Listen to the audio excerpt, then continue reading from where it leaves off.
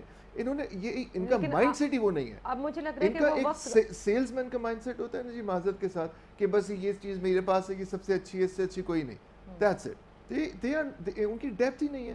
مجھے کوئی ڈیپتھ ہی نظر نہیں آ رہی ہے کسی بھی کیبنٹ ممبر کی. اب اپوزیشن مطلب آپ کی جماعت کی میں بات کر رہی ہوں, پیپلز پارٹی تو ظاہر ہے اس وقت نہیں ہے اس فورم پہ right now for them to say anything, but you are not ready to talk to them. دیکھیں ملک کے مفاد کے لیے ہم نے, شہباز صاحب نے ہمیشہ کنسٹرکٹیو بات کی ہے, ہمیشہ ڈائلاگ کیا ہے, ہمیشہ وہ اوپن رہے, فورتھ کمنگ رہے, ویلکمنگ رہے ہر ڈائلاگ. لیکن آگے سے 3 سالوں میں جو جواب ملتے آ رہے ہیں ہمیں کوئی چینج نظر نہیں آ رہی ہے. سو ہمیں کوئی امید نہیں ہے. ہمیں نجات اسی میں نظر آ رہی ہے کہ اس گورنمنٹ سے جان چھوٹ جائے, چاہے وہ 6 مہینے میں چھوٹتی ہے, 2 سال میں فری اینڈ فیئر الیکشنز ہوں, اس کا فری اور فیئر ہونا بہت ضروری ہے. اور آنیسٹلی اگر الیکشنز فری اور فیئر ہو جاتے ہیں اور ادارے بھی اس چیز کو یہ کانفیڈنس ریسٹور کرنے میں کامیاب ہو جاتے ہیں کہ میرے جیسا بھی جو سیاستدان ہے وہ اپنے حلقے سے الیکشن لڑے گا تو اس کے ووٹ کے اوپر کوئی ڈاکہ نہیں پڑے گا, کوئی مس مینجمنٹ نہیں ہوگی, کوئی سافٹ ویئرز بیٹھ نہیں جائیں گے, تو ہم لڑیں گے انشاءاللہ تعالی. اور وہ جو آئے گا انشاءاللہ جو عوام کی رائے, دیکھیں لوگ ہمیں جانتے ہیں. ٹھیک ہے. سو جنرل الیکشن جب بھی ہوتے ہیں, آج ہوں کل ہوں, اپنے وقت پر ہوں, وقت سے پہلے ہو جائیں, P M L N as P M L N لڑے گی, 2 پارٹیاں نہیں بننے جا رہی, جیسے کہ آج شیخ رشید نے کہہ دیا کہ الیکشن سے پہلے بن جائیں گے آپ. شیخ صاحب تو آپ کو پتہ ہے آخر میں سب کچھ کہہ کے موٹر سائیکل پہ بھاگ جاتے ہیں. اچھا چلیں, ہم ان کی بات کو کریڈیبل ڈسکس ہی نہیں کرنا چاہیے. میں بریک لے لیتی ہوں. بریک سے واپس آ کر بریگیڈیئر صاحب آپ سے بڑا اہم سوال پھر میں پوچھوں گی, دیکھتے ہیں کہ اس بار اس کا کیا جواب ہوتا ہے, کیونکہ اس سے پہلے ہم نے کئی بار اس موجودہ نظام پر ڈسکشن کیا ہے. Let's take a break.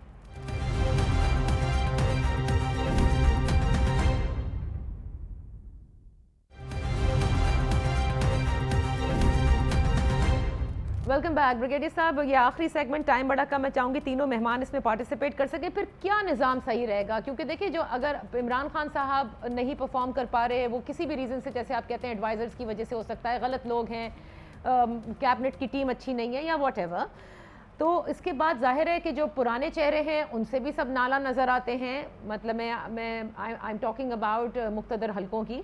تو پھر کیا سوچا جا رہا ہے اس وقت, پاکستان کو اس مشکل حالات سے نکالنا کیسے ہے؟ دیکھیں ایک طرف افغانستان کے معاملات ہیں, انٹرنل سیکورٹی کے معاملات ہیں, اور باقی اکانومی جو ہے اور یہ پریس والا معاملہ, یہ سب سے زیادہ میرا خیال ہے پریسیڈنٹ پرائیورٹی پہ آ گیا ہے. آج فرسٹ ٹائم میں دیکھ رہا ہوں کہ میڈیا رپورٹ کر رہا ہے راولپنڈی میں لیاقت باغ کے بعد کچھ لوگ, خواتین وغیرہ, یہ پریسز کے خلاف وہ لوگ نکلیں. پہلے کبھی نہیں ہوا تھا کہ میں نے کہیں پہ کوئی گروپ بھی دیکھا ہو قیمتوں کے خلاف, لیکن اگر لوگ آج تھوڑے نکلیں تو کل کو جب پی ڈی ایم کے جلسے ریلیز ہوں گی آپ دیکھیں گے اور لوگ نکلیں گے اور یہ ریلیز کامیاب ہوگی اسی وجہ سے. دوسری امپورٹنٹ چیز ہے, اگر Imran Khan I M F کی ڈکٹیشن لیتے رہیں گے تو یہ آپ سمجھیں کہ پھر میرے جیسا شخص بھی کہے گا کہ بھائی it is time for early election, یہ معاملہ آگے ایسے نہیں چل سکتے. امپورٹنٹ چیز یہ عمران خان کی اپنی ایگو جو ہیں وہ بھی ان کے راستے میں آ رہی ہے, ان کی بھی اپنا ایک سٹبن, آپ کو پتہ ہے ایک مائنڈ سیٹ ہے جو کہ اب بہت زیادہ, اصولاً تو چارٹر پہ کونے کی بھی بات ہو رہی ہے. بھائی ایک keep have a good working relation with the opposition, بیٹھیں ان کے ساتھ,